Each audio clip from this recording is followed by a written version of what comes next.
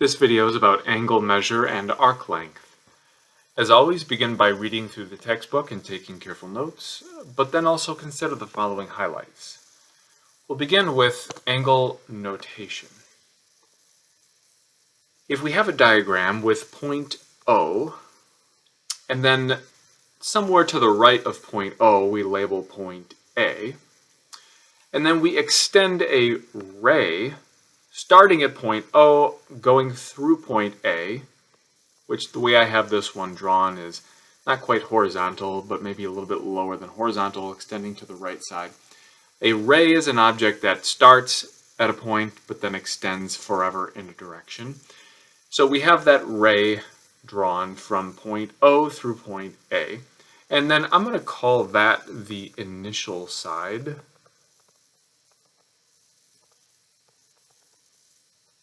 Of our angle. Initial means beginning or starting. And then also through point O, but now extending upward toward the right through point B, we're going to put another ray, and we're going to call that the terminal side.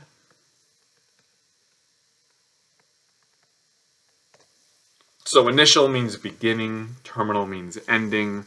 It gives you a sense of direction. If you start at the initial side and then rotate toward the terminal side to form an angle at the corner, or what we call vertex, point O. So the vertex is the point, the sharp point, or the corner of the angle. We have that at point O. Then if you're creating or forming the angle by rotating in this counterclockwise direction,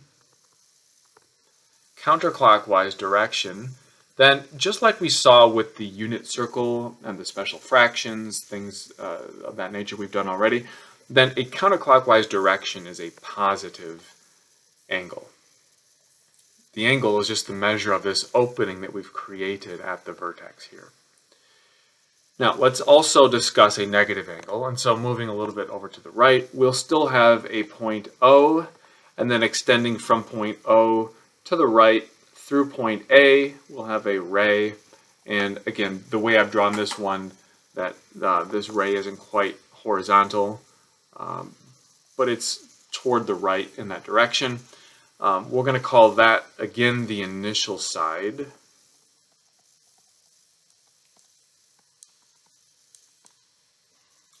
But then extending from point O downward to the left through point B, we have another ray, and we're going to call that the terminal side.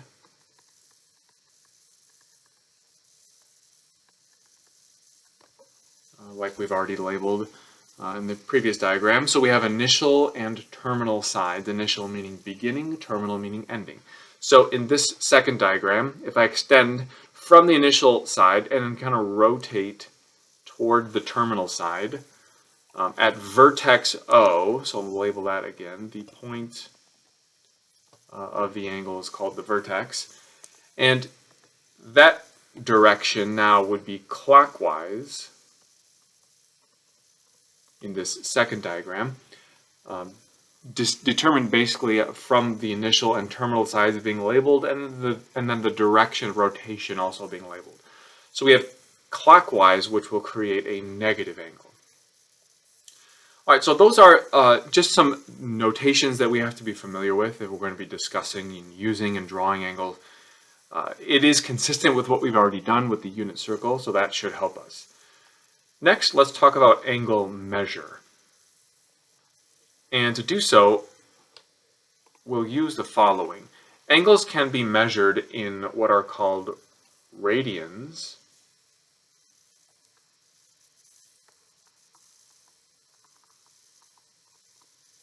or degrees. And those are in no particular order. In fact, degrees might be more familiar to people unless you've studied some kind of trigonometry or geometry before. Degrees are usually more familiar. They're just used more in common language. Things like sports will sometimes use degrees, like 180-degree turn or something like that. So degrees might be more familiar, but radians is another way, an effective way to measure angles that we'll be now understanding and using. So let's note a couple key things with these. First, a central angle that cuts an arc whose length is equal to the radius of the circle measures 1 radian. Alright, so radians are a way we can measure angles, and here are how they are defined. Let's take a diagram of a circle, and let's call this a unit circle with a radius equal to 1. And if we extend 2 radii is plural for radius, created by perhaps or formed by some rays extending out from the center of the circle, they would, you could say, cut off a portion of the circle. If the length of that arc that gets cut off from this angle, maybe the angle is labeled by a Greek letter theta, that's fairly common to use. And it's called a central angle if its vertex is at the center of a circle, like it is here. So if that angle cuts off an arc whose length is equal to the radius, in this case I'm labeling all these 1s, then we call the measure of that angle 1 radian. In other words, this is 1 radian, this angle that I've drawn here, at least based on the way I've labeled it. Now, let's also recall our special fractions of the unit circle. We spent a lot of time already discussing these special fractions in previous topics. So these are all of the measures around the circle that have common places we've been using already, usually in terms of pi. So recall these special fractions of the unit circle, which represent now radian measures. So thankfully these special fractions are already familiar, or should be familiar to us. We'll simply be reusing them, but now in the form of radians instead of just regular fractions.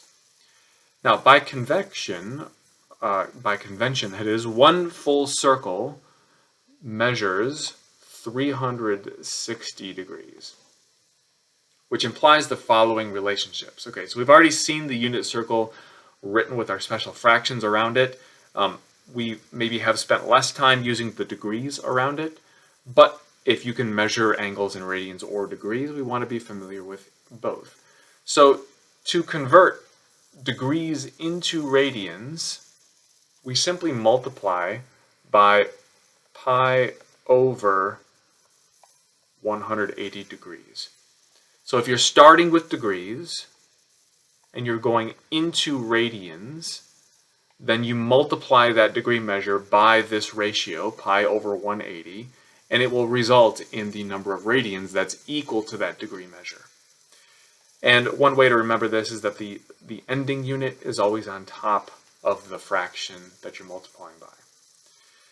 Or, conversely, to convert radians into degrees, this time we're starting with a radian measure and trying to go into, let's say, degrees, then we multiply by, well, simply the reciprocal. So this would be 180 degrees over pi. And again, the measure you're trying to get to or end up in is also in the numerator here, being 180 degrees on top for this one. So these little ratios can help us convert between one or the other, and by extension then we can label the full unit circle in degrees or radians. Now we're familiar already with the unit circle. I'm not going to rehash where all of this comes from. We've been using it for a while. It has all of these special fractions on it.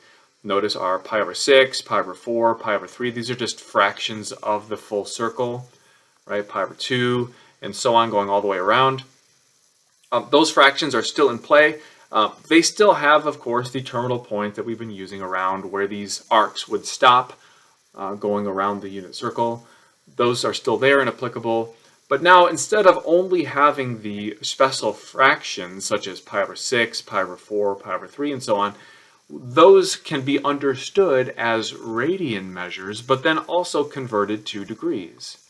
So you'll notice that all of the special places that we already have not only have those special fraction radian measures, but also degrees. So if we picked on, let's say, 30 degrees, or 45 degrees, or 60 degrees, those are the degree measures for those certain places or special places around those are just 3 of them going around the circle. But then you also have the equivalent radian measures, which would be what we're familiar with as our special fractions. So we spent some effort and time already understanding and memorizing those special fractions. Thankfully, that was not a waste. We're now just calling those radian measures based on this way of defining the radians. So nothing's new or different there.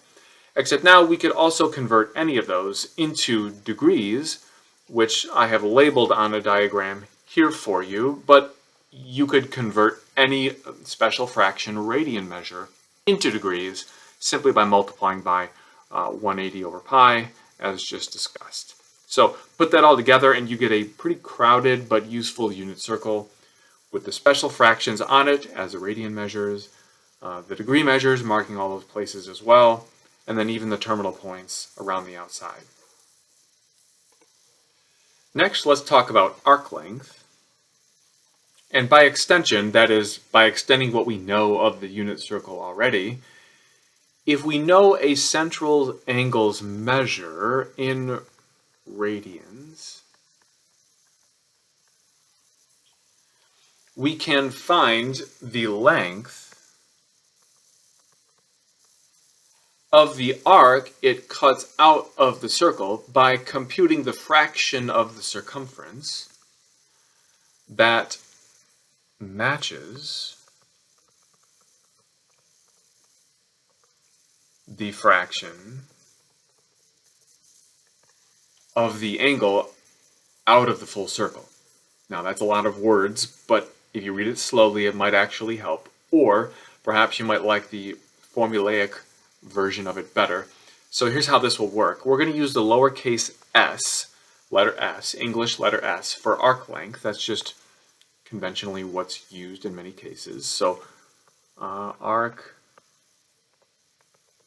length, lowercase s, it equals the central angle that would cut it off out of the full circle, circumference, 2 pi,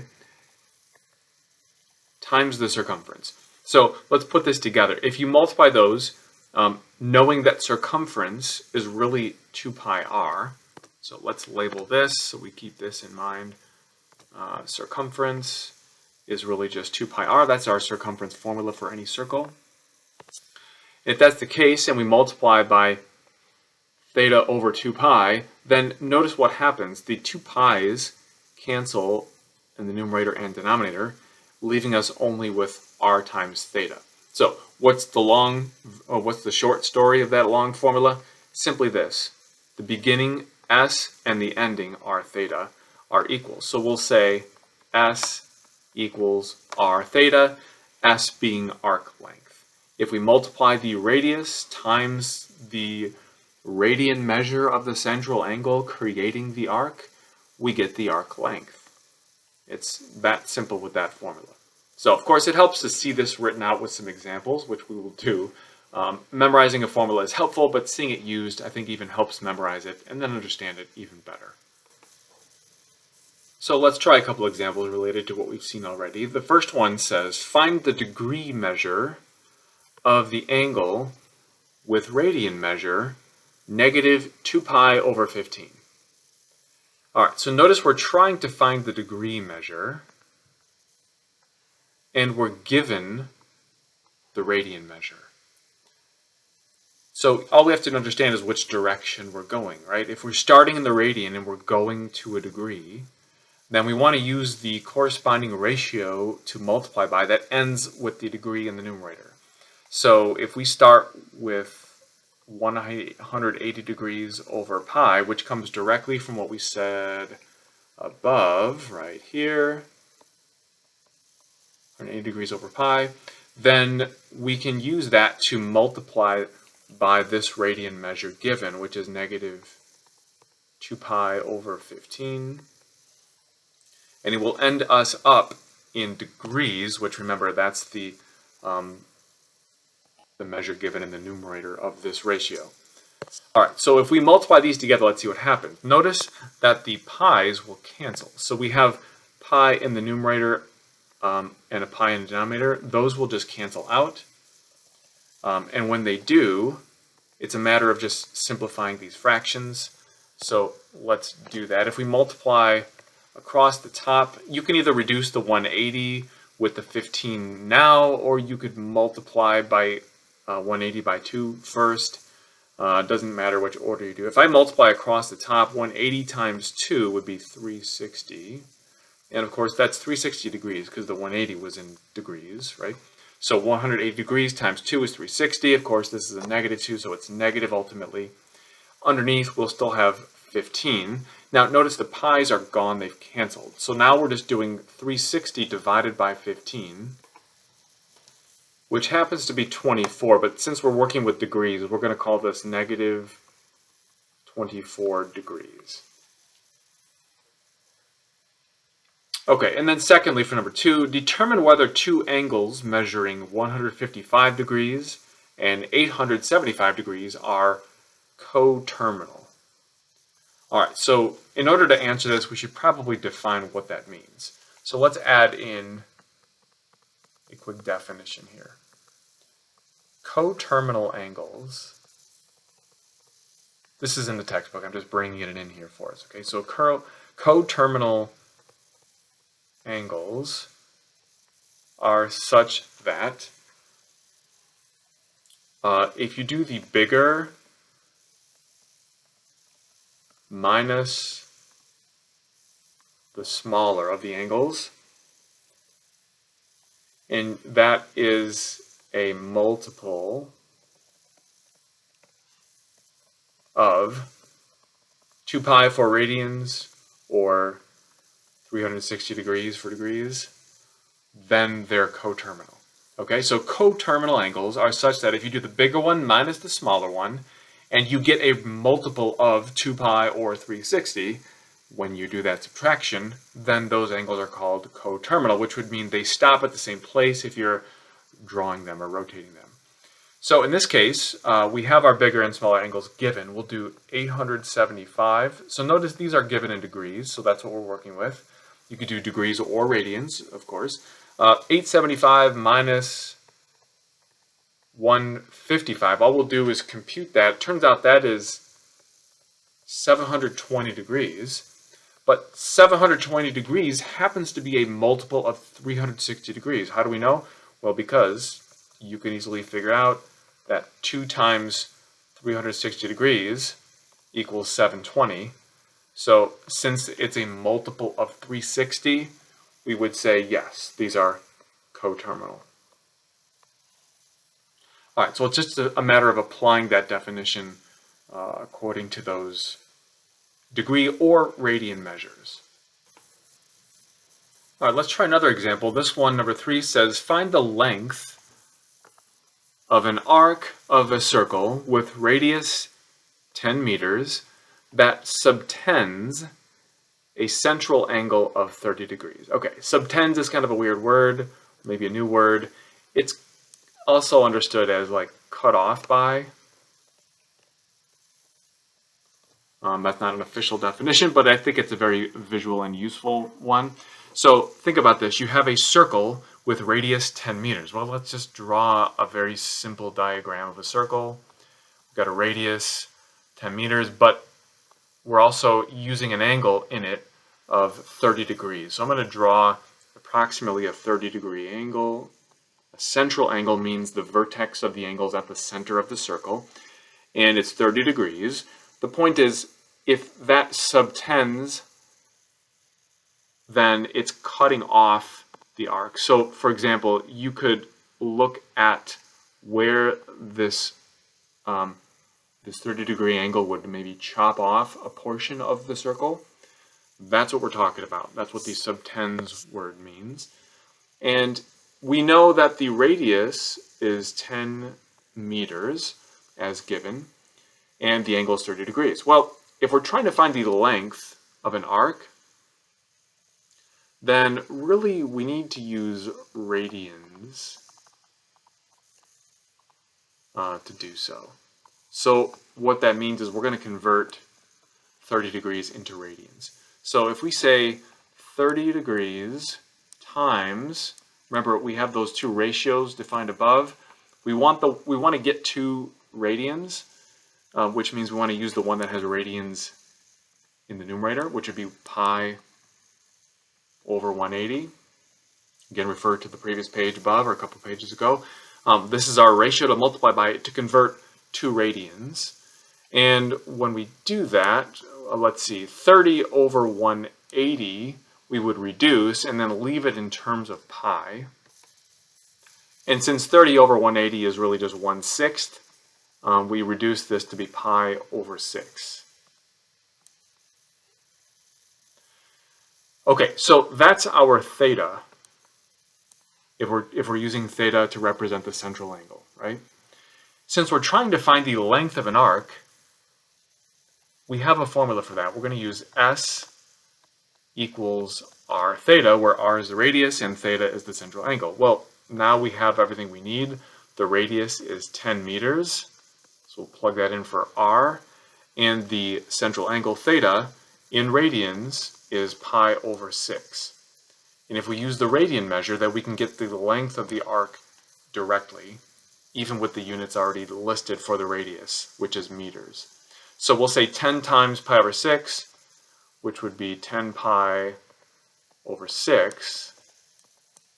And then, of course, we'll reduce this, divide those each by 2, and get 5 pi over 3. And again, since we've used the radian measure, we can use the units of the radius, which was meters. So we'll say 5 pi over 3 meters for our result on that. Okay, so moving on, let's try a couple others. Number 4 says, find the length of arc S in the figure. All right, so let's be clear about what this figure even has in it first. So arc S is labeled as the arc surrounding not a complete circle, but maybe more than half of a circle, it looks like. And what we also see in the diagram is that we have a central angle across from S, in other words, opposite on the other side of S, we have a central angle of 140 degrees. We also have a radius of 5. Well, we have a formula to do this as we just used, but we need to maybe label a couple things more clearly. So first of all, what is the central angle that would subtend or cut off the arc S for us? Well, the one opposite it is labeled as 140 degrees, which means, again, if there are 360 going all the way around, the opposite or other portion of the circle left beyond the 140 would be, well, 220 degrees. How do we get that? That's just 360 minus the 140, which is what's left on the other portion of the circle. So 220 must be then the central angle that's cutting off the arc S as labeled. Of course, if we want to find the length of arc S, we need to use the radian version of this angle. So if we have 220 degrees as our central angle, we want to convert that by multiplying by pi over 180 degrees, which is simply our conversion to get this central angle into radian mode. Or maybe I'll just kind of show this on the calculator just so you know what I'm doing here. We're trying to simply reduce this fraction we'll be getting of 220 over 180. We're going to leave the pi there in terms of pi. But if I have 220, I'm going to type that in, just 220, divided by 180. And then I'm going to hit enter on my graphing calculator. Now, of course, it gives me a nasty looking decimal, but you can reduce or turn that into a reduced fraction by hitting the math key. This is that TI-84 plus. Hitting the math key and then going to the first option, which will convert things to fractions, and it will reduce them as well. If I do that, I get 11/9 as the result of that, which means we're looking at 11 pi over 9 for our central angle. Or in other words, that's what we'll call theta. course, it was given in degrees. We've now converted the degrees to radians, so we're looking at a central angle of 11 pi over 9. If that's the case, then we can easily find the arc length, which we have a formula for. So we'll say S equals, and then it's r times theta. Well, r is given as 5 in this case in the diagram, so we'll say 5 times theta, which is the 11 pi over 9. So multiplying across, that's really 5 over 1. So 5 times 11 would be 55 pi over 9. And in this case, they don't give us any actual units. So, we don't know if this is meters or inches or anything like that. So we'll just leave it as is. Or you could put U for units if nothing's given. You could leave it in exact form, or you could convert that to a simplified decimal. I did that and I got approximately, if you round it, it's approximately 19.2. You can double check that on a calculator. That's just doing 55 times pi and then dividing that by 9. Okay, so there's some arc length. Moving on to number 5. This one says find the radius r of the circle in the figure. All right, so this time we're given some different information. We have to just kind of work around, maybe slightly backwards with it. We're given a circle that has a central angle, and then a 2 radian angle measure, 2 radian central angle that measures 2 radians. And that central angle cuts off or subtends an arc, which is labeled as length 8. In other words, we already know the arc length this time.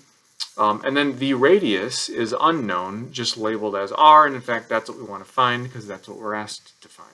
So we'll use the same kind of formula for this. Remember, we know that s, arc length, equals r theta. That's just using the same formula we've adopted since above.